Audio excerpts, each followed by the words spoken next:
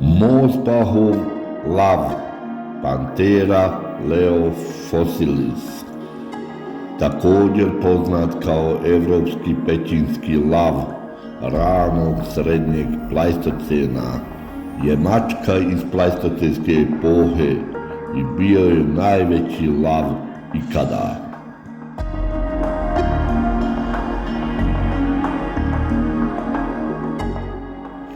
Ovaj džinovski lav težio je između 250 do 500 kg.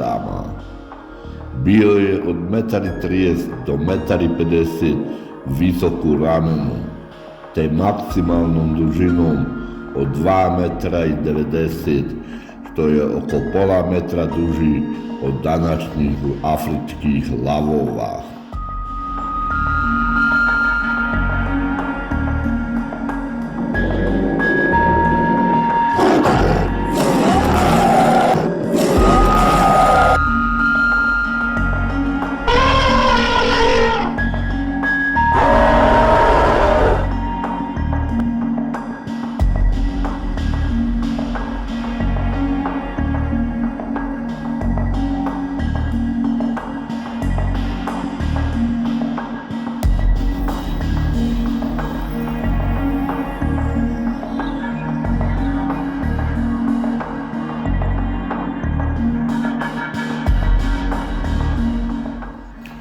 Mnogi fragmenti kostiju ove mačke poznati su iz Moosbacha u Njemačkoj, malog sela koje se danas nalazi u sastavu grada Wiesbadena.